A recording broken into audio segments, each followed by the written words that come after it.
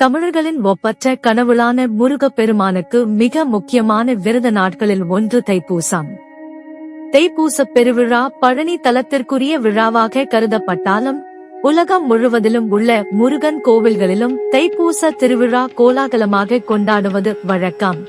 இந்த நாளை ஆண்டுதோறும் 10 நாட்கள் திருவிழாவாக முருக பக்தர்கள் கோலாகலமாக கொண்டாடுவது வழக்கம். தைப்பூச நாளில் பக்தர்கள் முருகனுக்கு நேர்த்திக்கடன் செலுத்த மலர் காவடி, பால் காவடி, பன்னீர் காவடி, இளநீர் காவடி, தீர்த்த காவடி, வெள்ள காவடி என பல காவடிகளை எடுத்தும் அங்க பிரதட்சணம் செய்தும் அலகு குத்தியும் தங்களது நேர்த்திக்கடனை நிறைவேற்றுவார்கள்.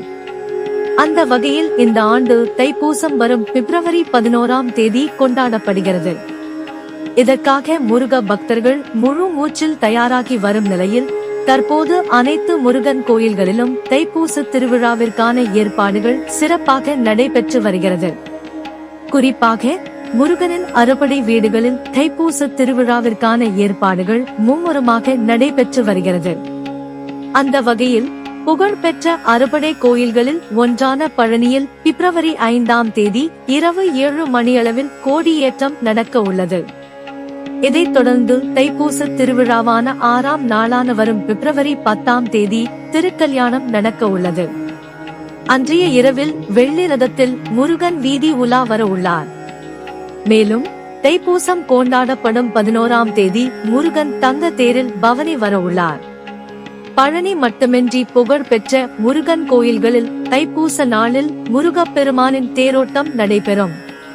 பழனி, திருச்செந்தூர், திருப்பரங்குன்றம், திருத்தணி உள்ளிட்ட பல முருகன் கோயில்களுக்கு பக்தர்கள் பாத யாத்திரையாக செல்வார்கள். இந்த நாளில் லட்சக்கணக்கான பக்தர்கள் முருகன் கோயில்களில் குவிவார்கள். பக்தர்கள் லட்சக்கணக்கில் குவியும் பழனி மற்றும் திருச்செந்தூர் கோயில்களில் இந்து சமய அறநிலையத்துறை சார்பில் கூடுதல் முன்னேற்பாடுகள் தீவிரமாக செய்யப்பட்டுள்ளது.